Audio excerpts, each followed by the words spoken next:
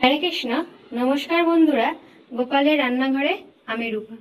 देखो आज एखाने नियेछि साबुदाना, साबु एबं लाल आलू दिए बानाबो नतून धरनेर एकटी मिष्टि। एटा तोमरा एकादशीर दिने बानिये गोपालेर भोग दिए निश्चयई प्रसाद पेते पारो। देखो किभाबे एटा बानाई।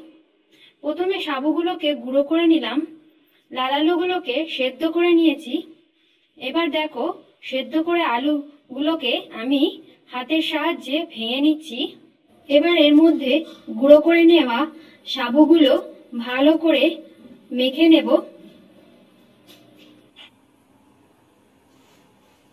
দেখো আমি ভালো করে মাখছি। এইভাবে ভালো করে হাত দিয়ে মাখতে হবে।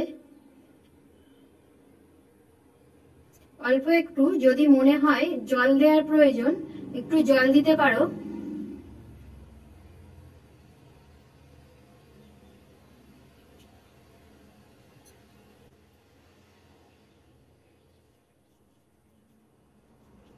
আলু আর সাবু একসঙ্গে ভালো করে আমি মেখে নিয়েছি। দেখো এইভাবে গোল গোল লাড্ডুর মতো তৈরি করে নেব। এখানে দেখো একটা পাত্রে কিছুটা পরিমাণ জল বসিয়ে দিয়েছি। এর মধ্যে দিয়ে দিচ্ছি আমি 200 গ্রাম চিনি। চিনি দিয়ে জলটা ভালো করে ফুটিয়ে নেব। দেখো চিনির শিরাটা টকবক করে ফুটতে শুরু করেছে। আর একটু ভালো করে চিনির শিরাটা জ্বালিয়ে নেব। চিনির শিরাটা জ্বালিয়ে আমি নামিয়ে নিয়েছি। এবার যে গোল গোল করে লাড্ডুর মতো পাকানো বলগুলো আমি তেলের মধ্যে দিয়ে দিচ্ছি। এখানে সাদা তেল গরম করে নিয়েছি আমি। তার মধ্যে এক একটা করে লাড্ডুগুলোকে ছেড়ে দিচ্ছি। তোমরা না চাইলে না ভাজতেও পারো। এই গোল গোল লাড্ডুগুলোকেই চিনির শিরার মধ্যে দিয়ে ফুটিয়ে নিতে পারো।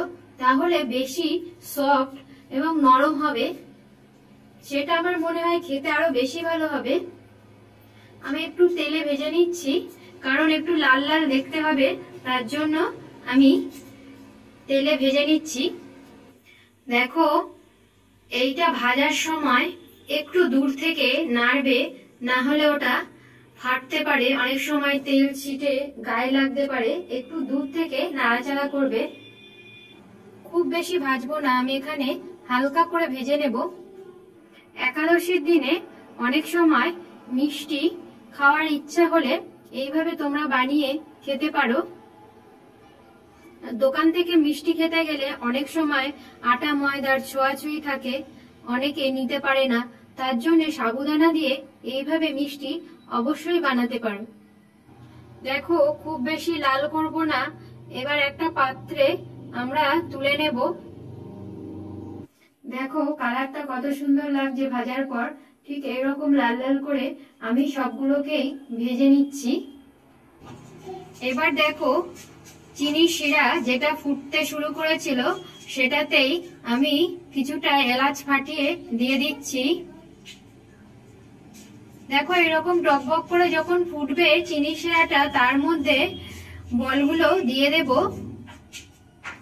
একটু ভালো করে আমি ফুটিয়ে নেব, যাতে ভেতরে রসটা ভালোভাবে ঢোকে।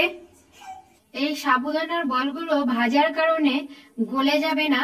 একটু বেশি করে ফোটাতে হবে, যাতে ভেতরে ভালোভাবে রসটা ঢুকে যায়। আর এটাকে গরম গরম পরিবেশন করতে হবে, না হলে ঠান্ডা হয়ে গেলে শক্ত হয়ে যেতে পারে। দেখো ফোটানোর পর আস্তে আস্তে ফুলে উঠছে। সম্পূর্ণ রেডি সাবুদানা মিষ্টি। দেখো কেমন হয়েছে দেখতে, খেতেও খুবই সুন্দর, কিন্তু গরম গরম পরিবেশন করতে হবে। ভালো লাগলে অবশ্যই একটা লাইক করো। হরে কৃষ্ণ।